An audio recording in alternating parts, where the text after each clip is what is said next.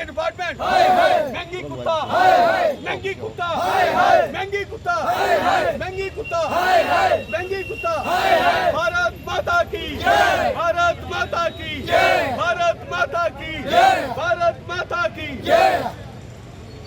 महंगी कुत्ता महंगी कुत्ता महंगी कुत्ता महंगी कुत्ता। मैं बोलूंगा ट्रांसफर करो ट्रांसफर करो ट्रांसफर करो ट्रांसफर करो महंगी को ट्रांसफर करो ट्रांसफर करो महंगी को ट्रांसफर करो। आज ये है भाई साहब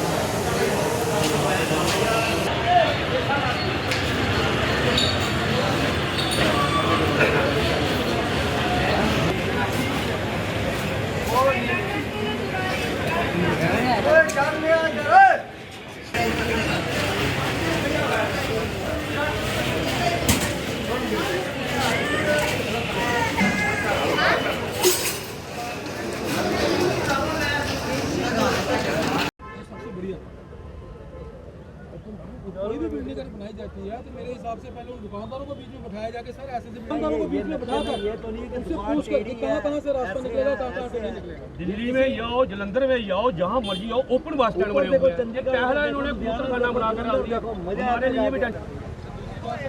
आज की डेट में हमारी इतनी बैड पोजीशन है वहाँ पे कि हमारे दुकानदारों को काम ही नहीं है वहाँ पे। हम कैसे अपना परिवार हमारे से किराया चढ़ रहा है। सर आपने बोली कि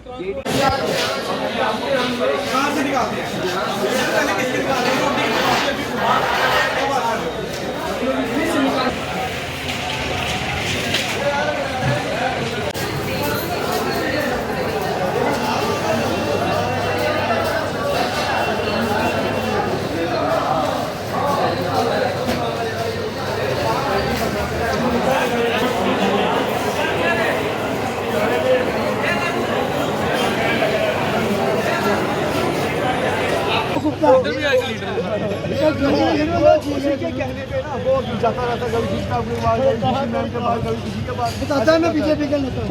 तो अपने आप को कहता बीजेपी का नेता है। आज दूसरी सेठ के सामने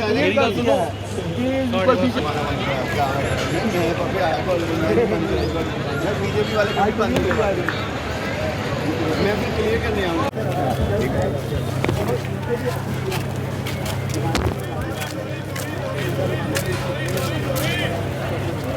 जोरे जोरे जोरे जोरे जोरे।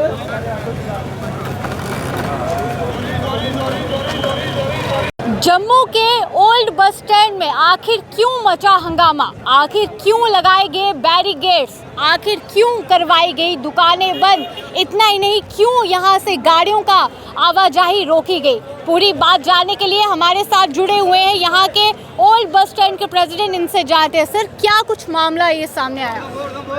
मैं Pradhan Ramesh Kumar Tak, president traders welfare association general bus stand Jammu और सीनियर सोशल एक्टिविस्ट। मैं जैसे ही सुबह घर से दुकान पर आया, आगे मैंने देखा बड़े अफसर लोग इधर आए हुए थे, ट्रैफिक विभाग के लोग, आरटीओ विभाग के लोग और पुलिस डिपार्टमेंट के लोग, सभी लोग जहाँ पे आए हुए थे। तो मैंने जब देखा वो जो हॉर्न बजता ना टू टू टू टू, तो मैं इधर खड़ा हो गया। मैंने पूछा कि क्या हुआ। हम जी इधर बस नहीं रुकने देंगे। मैंने बोला क्यों। मैंने बोला जी कोई रोड थोड़ी है जो आप बस नहीं रुकने दोगे, ये बस स्टैंड है जहाँ पर दुकानें हैं। कोई सवारी अगर आती है, कोई सामान खरीदती है तो उसने सामान खरीद के बस तो पकड़ी है, तो आप इधर बस नहीं रुकने दोगे। नहीं जी नहीं, हमें ऑर्डर आया ऊपर से। कि मैंने बोला किसका ऑर्डर है। ऊपर से बड़े बड़े हाई अथॉरिटी का ऑर्डर आया हुआ है। मैंने बोला कौन ऑर्डर दिलाने वाला कौन है। कोई विशाल नाम का कोई लड़का है, वो अपने आप को बताता है कि मैं बीजेपी का लीडर हूँ, और पता नहीं किसी पुराना कोई बीजेपी का लीडर होगा, उसके साथ वो फ़ोटो छोटो खिंचा के लोगों को बताता होगा मैं बीजेपी का लीडर हूँ। मगर मैंने उनको बोला बीजेपी ये थोड़ी बोलती है कि किसी की रोजी रोटी पे छीनेंगे, किसी का हक छीनेंगे। नहीं जी नहीं, हमको ऑर्डर है। मैंने बोला ऑर्डर क्यों है। इधर बसें पहले भी रुकती थी, आज भी रुकनी चाहिए। मैंने बोला आप BC रोड पे बस रोक सकते हो, बस स्टैंड में क्यों नहीं बस रोक सकते, जहाँ पर कितनी खुली जगह है, जहाँ पर तो कोई जाम ही नहीं है। और ट्रैफिक वालों को काम अंदर आना नहीं है ही नहीं है, उनका बनता ही नहीं अंदर आना। वो रोड पर अगर कोई वायलेशन कर रहा है, कोई गलत कर रहा है, उसको रोक सकते हैं, बस स्टैंड में तो नहीं रोक सकते। तो फिर वो नहीं हम ऐसा नहीं करेंगे, ऐसा नहीं करेंगे, आप उनको मिलो। इतने में मैडम अपनी लबासा जी भी आ गए, DC मैडम। मैंने उनसे बात की, बोलते नहीं आप हमारे साथ आओ, मिलो, हम बात करते हैं। मैंने बोला आप ऐसे लोगों की क्यों बातों में आते हो, जो कोई सेल्फ इंटरेस्ट वाला बंदा आपके पास जाता है, आप उसकी बात मान लेते हो। आपको उनकी बात नहीं माननी चाहिए, पहले आपको ग्राउंड पे आना चाहिए, पोजीशन देखनी चाहिए, जहाँ की पोजीशन क्या है, जहाँ के लोग क्या चाहते हैं। ठीक है, अगर वो बोलते हैं कि बस स्टैंड को हमने नई बिल्डिंग बनानी है, बनाएं, मगर हमारे लिए क्या पॉलिसी बनाई है, हमारे दुकानदारों के लिए कहाँ जगह रखी है। अगर बिल्डिंग तोड़नी है या कुछ करना है, हमारे लिए क्या रखा है उन्होंने प्रपोज। ठीक है, नहीं जी नहीं हम करेंगे आपसे बात। मैंने बोला ऐसे थोड़ी हो जाती, आप इधर कोई सवारी भी नहीं आने दोगे, किसी ग्राहक को नहीं आने दोगे, बस नहीं रुकने दोगे, हमारे दुकानदार भूखे मर जाएंगे।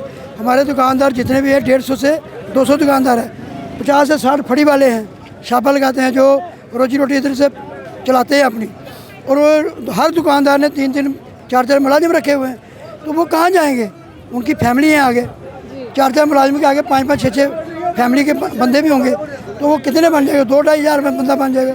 तो उनको आप मार के उनको चलाओगे, इस बस स्टैंड को ख़त्म करके उस बस स्टैंड को चलाओगे।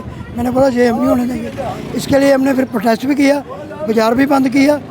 और हमारे BJP के नेता युद्धवीर सेठी जी आए, हमने बोला कि वो BJP का कौन नेता है वो जो ऐसी वो पॉलिसी बनवा रहा है। ये फरेबी इंसान था जिसने वहाँ जाके कहा कि वो मिसगाइड किया और फिर ये सब यहाँ पे हुआ। फिर सेठी साहब जो युद्धवीर सेठी साहब आए, उन्होंने हमको क्लियरिफाई दी कि BJP का कोई भी नेता किसी की रोजी रोटी छीनने में नहीं है। मोदी जी का एक ही नारा है, सबका साथ, सबका विकास, सबका विश्वास।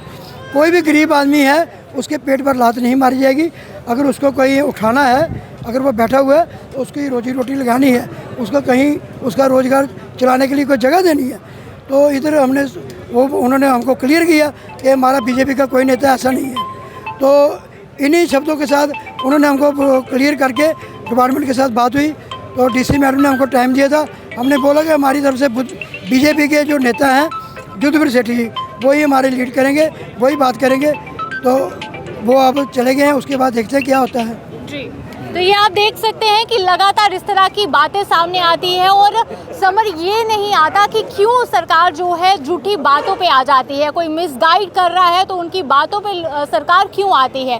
वहीं पे हमने इन लोगों से बात की, जैसे इन्होंने बताया कि सुबह के समय यहाँ पे प्रोटेस्ट हुआ, बैरिकेड्स लग गए, RTO डिपार्टमेंट यहाँ पे पहुँच जाता है, ट्रैफिक विभाग यहाँ पहुँच जाता है, पुलिसकर्मी यहाँ पे आ जाते हैं और एकदम से यहाँ के जो दुकानदार हैं उनकी रोजी रोटी पर लात मार दी जाती है, उनकी दुकानों को बंद करने के लिए कह दिया जाता है। जिस दौरान यहाँ पे प्रोटेस्ट होता है, हल्ला मचता है और फिर वो बात जो बार बार सामने आती है कि एक शख्स जो अपने आप को BJP का प्रवक्ता या लीडर मानता है, वो उसने मिसगाइड किया था, उसका नाम सामने आता है। और उसके बाद युद्धवीर सेठी जो सीनियर BJP लीडर है वो यहाँ पे आते हैं, यहाँ का दौरा करते हैं, लोगों से बातचीत करते हैं और आश्वासन दिलाते हैं कि हम आपकी बात को सुनेंगे और इसका हल भी निकालेंगे। क्या कहना है उनका, आइए आपको बताते हैं। सर, आप यहाँ पे आए, सुबह सवेरे दुकानें बंद हो गई, क्या आश्वासन आपने इन लोगों को दिया? दुकानें बंद हो चुकी थी। यहाँ पे सबसे बड़ी बात थी कि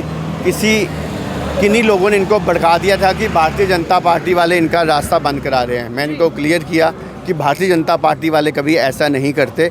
भारतीय जनता पार्टी सबका विकास चाहती है, सबके विश्वास के साथ चलती है और सबके योगदान के साथ चलती है। दूसरा जो सबसे बड़ा कि वो नया बस स्टैंड बना है, वहाँ से अंदर बसेस खड़ी होती हैं, बसेस जब सवारी लेके आती हैं यहाँ पे, तो ये रास्ता पुराने बस स्टैंड का है, यहाँ से इस गेट से इस गेट तक। तो यहाँ पर कोई अगर एक सवारी बैठ जाती है, इन लोगों ने यहाँ पे सुबह फरमान कर दिया कि यहाँ पे बैरिकेटिंग करेंगे, इसको टोटल बंद कर देंगे। यहाँ पे मतलब जो 150 दुकान पुरानी है, इनका क्या कसूर है, इनकी रोजी रोटी के ऊपर लात मारना। और 150 दुकान के साथ 4-4 5-5 सेल्समैन हैं, मतलब 1000 परिवारों को ख़त्म कर देना। वो रोजी रोटी के लिए तरस जाएं। वो जो पहली बिल्डिंग बनाई JDA ने वो भी चोबू बनाए। 53 दुकानों की जगह 150 से ऊपर दुकानें बना के एक चोबू बना के दिए इन लोगों को, और वो भी भूखे मर रहे हैं। अब इनको भी भूखे मारना है इन लोगों ने। हम गुजारिश करते हैं एडमिनिस्ट्रेशन से कि जब तक इनकी कोई पॉलिसी नहीं बनती कहीं पे इनको पहले दुकानें दे बनाकर इन लोगों को वहाँ पे बसाएं, उसके बाद यहाँ पे कुछ सोचें। 400 फुट ये रोड है यहाँ पे क्यों आप बैरिकेटिंग करना चाहते हैं? कौन सी इमारत खड़ा करना चाहते हैं? जो कुछ बात आएगी सिक्योरिटी के लिए कर रहे हैं, इनकी सेफ्टी के लिए। जो दुकानदार नीचे बैठे हैं वहाँ सेफ्टी उनको नहीं चाहिए, जो बसेस जहाँ जा रही हैं उनको सेफ्टी चाहिए। 3 बसों की इन लोगों ने सीज़ कर दी आज। 2-2 हज़ार के चलान कर रहे हैं लोग, और ऊपर से फरमान कि शीशे बंद और दरवाज़ा खोल के यहाँ से जाओ। इस एरिए में सवारी नहीं आप उठा सकते। BC रोड में उठा लें, विक्रम चौक में उठा लें, एशिया के सामने जाके उठा लें, नगरोटे उठा लें, अम्फले उठा लें, इस एरिए में नहीं उठानी। क्या साजिश कर रहे हैं ये लोग? क्यों गरीब का खून चूसना चाहते हैं ये लोग? एडमिनिस्ट्रेशन को कौन गुमराह कर रहा है इस बात के लिए? इसलिए मैं एडमिनिस्ट्रेशन को यही कहना चाहता हूँ, आप अपने प्रोजेक्ट कीजिए, पर किसी भी गरीब के लाश के ऊपर प्रोजेक्ट मत बनाएं।